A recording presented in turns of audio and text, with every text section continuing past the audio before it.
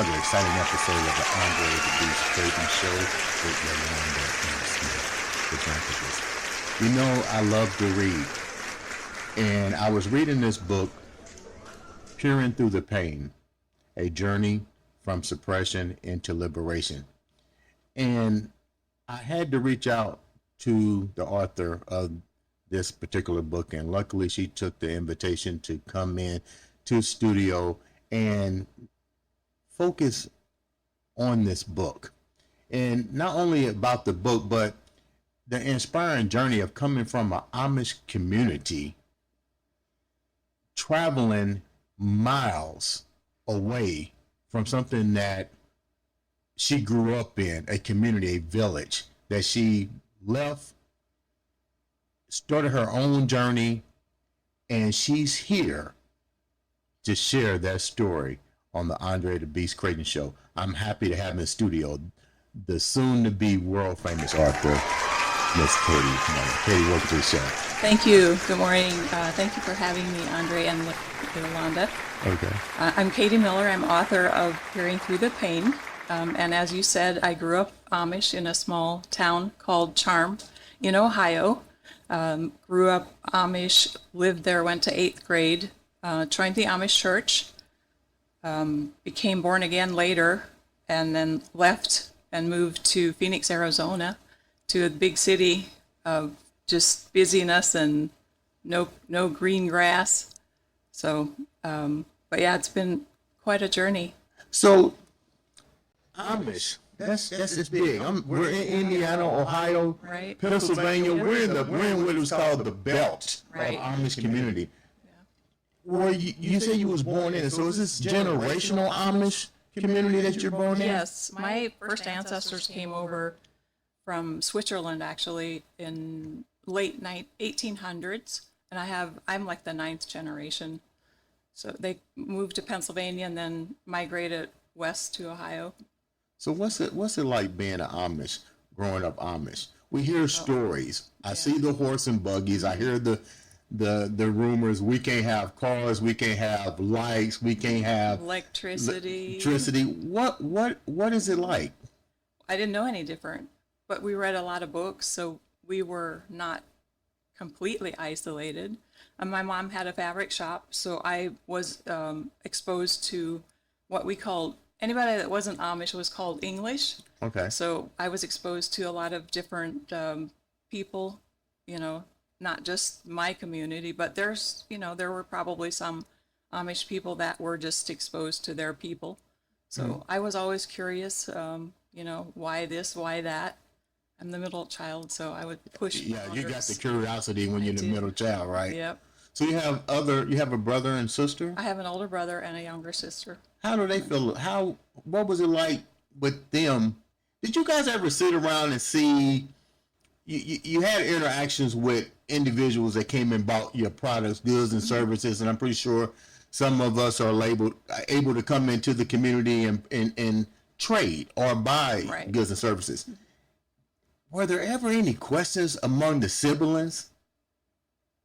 The different lifestyles that was coming in versus you guys' lifestyle? I'm pretty sure they walked in with cell phones and music, and you guys was like, what is that? Yeah, like I said, we had no electricity. We had running water. There's some Amish that don't even have running water in the house. Really? No toilets, so you know what that means. Outhouse? Outhouse. Thankfully, we had a toilet, shower. We still had what we thought were modern conveniences. Obviously no cell phone, and we had to use the neighbor's phone, which was an old rotary dial phone and stuff. So did you guys ever sit down and communicate amongst each other about the world? Let's call it what it is, the world. You got to have some curiosity. You're young. Well, we saw vehicles go by, but you grow up without them. You go with horse and buggy or bicycle. When those were allowed, those weren't even allowed at one time. So, they do let their people have more and more things. But I don't know, we read a lot of books, so we read of other parts of the world and other cultures and stuff. But I don't know that we ever really, as siblings, my sister's 8 years younger, so she and I never would have, but my brother and I don't know, I'm sure we were like curious about a radio. I know he bought one at like before he was 16. 16 is kind of the age where you can, they let you try the worldly things, but he got one at age 15, and then the volume button got messed up, so he took it to get it repaired, and the guy put it on backwards, so when you turn it on, it was really loud. So we were always afraid our parents would hear Right. the radio, so we had to, kind of keep stuff hidden in the closet. So you mentioned, I saw the reality show. How much truth to that is it? I'm sure there is a lot that's not truth. I mean, it has to be, it's written, it's a script, so you have to follow what. But you said that you guys are able to purge, to go out, and give the viewers a little bit about what that means for an Amish. So when you turn 16, you're allowed to do your Rumspringa years. You go sow your wild oats because they want all of that out of your system. Then they expect you to come back and join the Amish church, and then there's nothing like that anymore. So I got my driver's license. I never had a car, but my brother got a car. I drove his car. I got my hair cut. I had it long enough to keep it up in a bun, keep it covered with the white Is it against the covering. law to cut your? It is. Yeah, okay. It is. Yeah, I got my ears pierced. Is that against the law? Oh, goodness. There's a lot of things against the law in the Yes. Amish community. Then. Yes. Yeah. But I had to, it's so funny because you have to have the studs in for like 2 weeks, to keep the hole. So I would wear a scarf to try to keep them covered so that I could still work in the fabric shop. I'm sure my mom saw them, but. Yeah, but if you're able to go out and, let's call it what it is, sow your oats, act Right. crazy, does it really matter that you went out and got this done?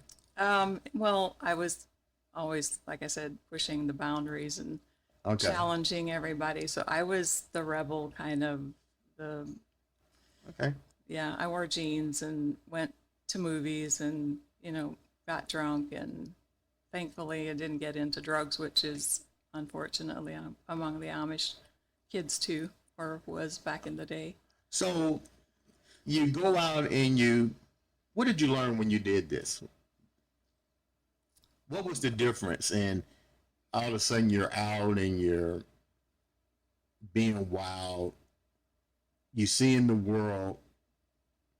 Evidently, they allow you to do this. What's the reason for allowing you to do this? If they're trying to keep you in the community, is there a method in this? I think that they just want you to get that out of your system so that you don't leave later on when you join the Amish church, that you don't want that. But I don't know. I think sometimes if you had a car later on, you're like, oh, man, car's a lot faster than a horse and buggy. So You got that right. yeah, I want a car, 600 horsepower is a lot better than 1 horsepower. Absolutely.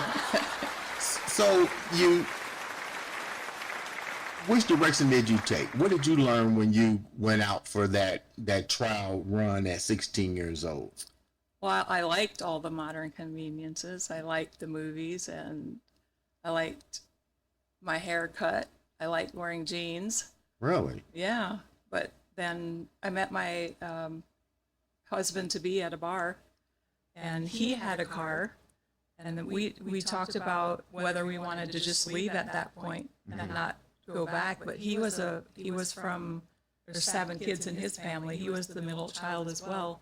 And he would have been the first one to leave. So he said, I can't do that to my mom. His mom was really straight. She was, you can't hurt mom. You can't disappoint mom. So you got to stay Amish. So he sold the car, and we got horse and buggy and joined the church. And then a year later, we got married. And then we had two kids, 2 boys. And then 10 years later, he wanted a car. And I'm like, I can't leave for just a car because you get shunned, excommunicated. They talk about you. Let's go. Let's hold that thought for a minute. Okay.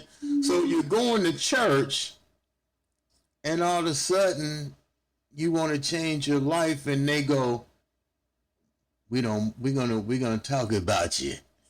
Mm-hmm. We don't want to have. when you say excommunicate, so if you decide to leave, Mm-hmm. and this is your family and your friends, Mm-hmm. generations of Amish community, you can't come back. You can, but you probably you get treated worse.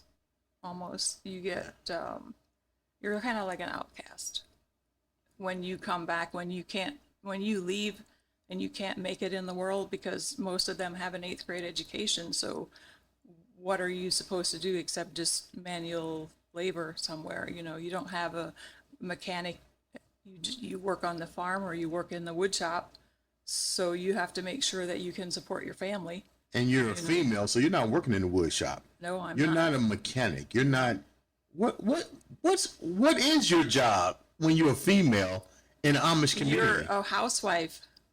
Milking. Well, yeah, you do that too if you Is live it? on My a name farm. is Izakiah. Do you need any horseshoeing or? Right. Well, not for women. No, they clean the house. They keep the house in. So they order. make it where basically you don't have the ability to go out there into the new world to fit in anyway. Right. Because you don't know any. You're just a housewife. So you Raise guys kids. decided to make the journey, but you have no skills. Eighth grade education. What's his educational grade? My husband's. Yeah. He was eighth grade as well. He worked at a wood shop. How do you guys navigate? Tell me what happened when you decided to leave, and why did you Yeah. decide to leave? That's a two-part So, question. When you're Amish, it's fear based. So they tell you if you leave, you go to hell or you can't get to heaven. So obviously, Okay, let's roll this back. Rewind, rewind here. So you go into a church, yeah. and the church tells you if you leave, you're going to hell. Well, they don't make it that plain because they really don't talk about hell, but they make it known that the chances of you getting to heaven are slim. What's their religious like? What is their religion belief like? I'm really curious now. They in church, they read the German Bible, and the songs are sung in German, High German, and the prayer is done in High German. So they want you to read that. That is not our language. Our language is Pennsylvania Dutch.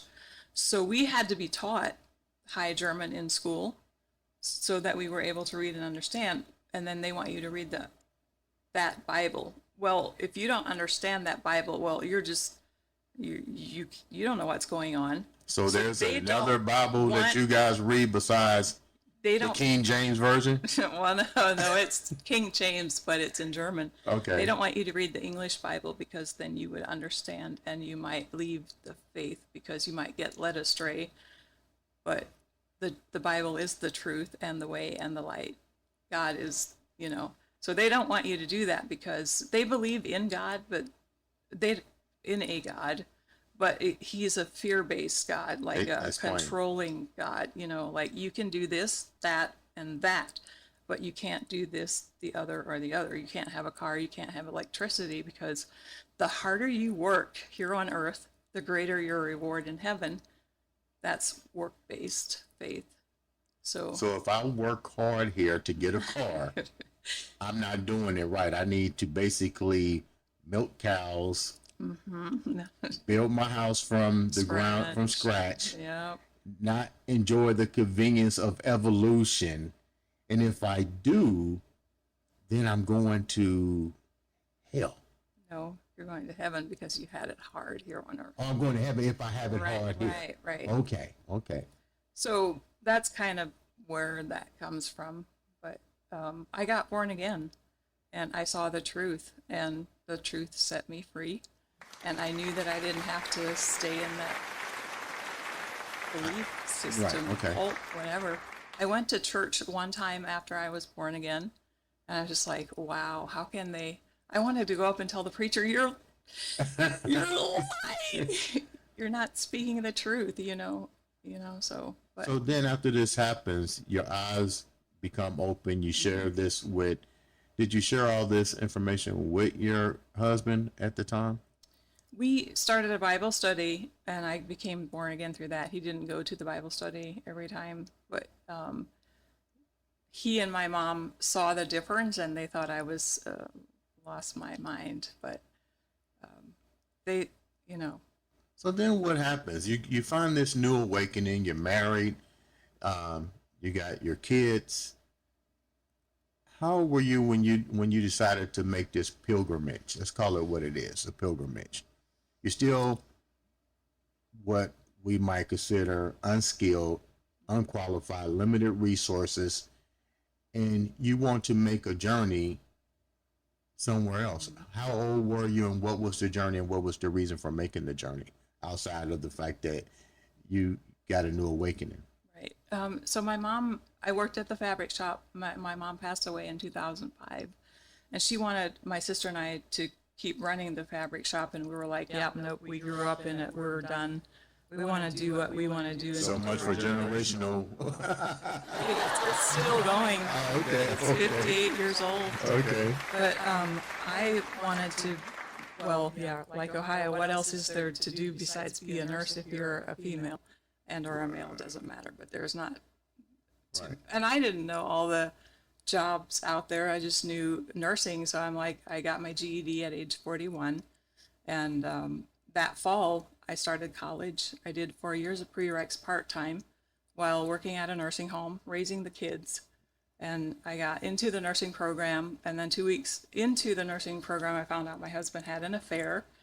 And I don't know, just the wind just kind of went out of my sails. And I wasn't sure where I was going to be in a year. I had to reapply if I wanted to become a nurse. But I became an EMT the following year, and I really liked that.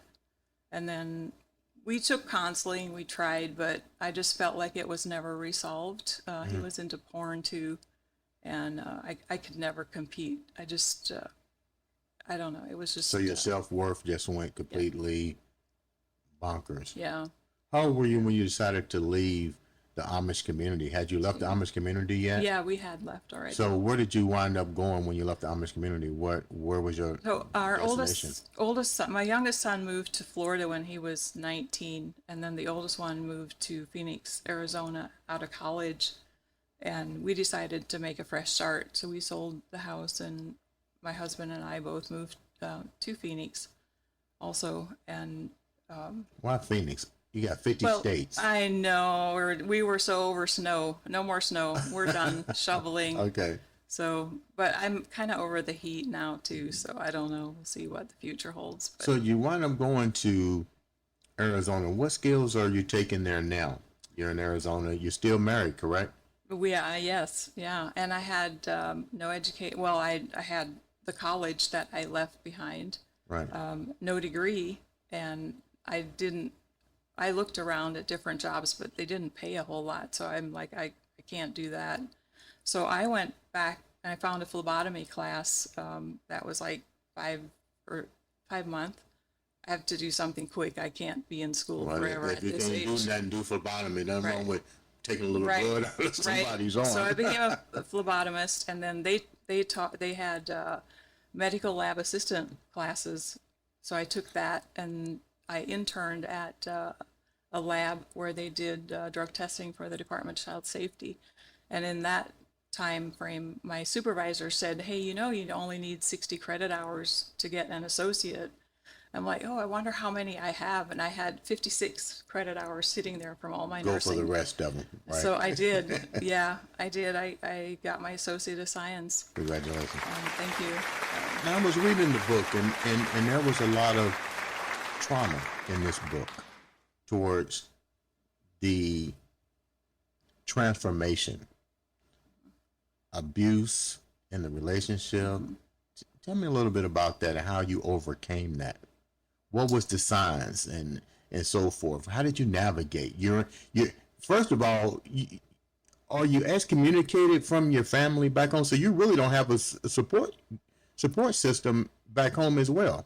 Well, my brother and sister are no longer Amish, and my parents have passed away, but I am still excommunicated. They never lifted that. Sometimes they do, sometimes they don't, and it's okay. I know whose I am. I'm a daughter of the King. So it doesn't matter if they have that from the church, it's the Amish, it's their thing, and that's okay because I know I'm not a part of that anymore, and I know who I am. So you was talking about in the book the trauma. Let's talk about that a little bit about the abuse that you was going through with your spouse at the time. You stayed with him. You tried to make it work. You guys went to counseling. When did the abuse take place? Well, it was verbal. It was verbal abuse, and even like verbal can be. Just as detrimental as putting the hands on Well, somebody. yes, it is because you Yeah. hear it Yeah. over and over in your mind, and it's almost worse than physical. I mean, unless you get broken bones or get killed or something. But yeah, it can ruin you. It can put you in a cocoon, and your self-worth is you're nothing. You're nobody. When did this happen? When did this start to take place? All throughout the marriage, 27 years. Did you bring it up in your counseling sessions? Oh yeah, yeah. What was the outcome? What did the counselor he say? accused me of cheating, and all the while he's the one that was doing the cheating. He tried to tell our pastor that I'm the one that was cheating, and pastor told him, no, I'm not. I would never cheat. I'm not that. I'm not that kind of woman. I have one man, and that's it. Whether I get treated like shit or not, but I know now that I'm not staying in a marriage for 27 years again. But it took my oldest son at 25 to tell me. Kids see what you're going through, whether you like it or not, or you try to hide it from them. And my son at 25. Did you notice that your kids were seeing it, or were you walking around No. with blinders? Both. I mean, kind of, you just walk around with blinders and hope they don't see it. Were they part of the abuse as well, or was it just isolated to you? No, there was when my oldest son was young. My husband, beat him. That's beat him with a bicycle cable, and my son brought it up when he was in college. His dad never told him sorry. How do you So move from that? And I appreciate you coming on telling this story. I read the book. I know the pain that went into writing this book. We'll talk about it in a minute, but let's move forward a little bit. How do you maneuver and get out of this situation? Your son tells you that, later dad beat him with a bicycle chain and probably a heck of a lot of other things. When do you make the connection to say enough is enough? well, it took my son. I knew that our marriage was horrible, but I also know how women feel when they can't leave because what is known to them is easier than what is unknown. Because if you don't have an education, you move away. What's going to happen? So you stay with the known. But it took my son at 25 years old to tell me, Mom, you make a date and you tell him it's over. You deserve better. And when your 25-year-old son tells you that, you have to do that. And it's the best decision that I ever made. So if your kids tell you that, listen. If they don't tell you that, take the initiative yourself. Just get out of that relationship. I mean, if it's... Some people say that's easier said than done. What do you say? What do you say? It is, because of the unknown, the fear of the unknown. Do I have enough education? Do I have the means to support myself? And if I have a bunch of small kids, but there's crisis centers, there's help out there. I mean, get away from that abusive relationship because that's not how life is meant to be lived. I'm proud of you. Thank you. But even more proud, when did the inspiration to the book start? A couple years ago, I just felt God telling me to write the book, and I'm like, I'm not an author. I kept telling him, just like, write the book, and I'm like, I'm not an author. Write the book. I'm like, okay. You was hearing something. Okay, I said, and I'm like, ooh, who am I to tell my creator what I can and can't do? Okay. And I'm like, whoa. I'm like, okay, I'll write the book. So I said, you're going to have to help me. And he did. I just, if you have so much hurt and pain. Over the years, I did Mending the Soul. I did talk to counselors. I did this, that, the other just to help me. Right. But I thought I was over my dad. My dad died when I was 15. He was diagnosed with schizophrenia, so my childhood wasn't the greatest either. So girls and dads have a bond. I had a dad, but I didn't have the bond. So I thought I was over him. But man, when I started writing, I cried. Really? Cried and cried and cried. It was just What did you call it? Garbage? vomit dump. Vomit dump. My son called it a vomit dump. 27-page vomit dump. Your son read the book. He didn't read the book yet, but he read the vomit dump, and Okay. the book is just expanding from the vomit dump.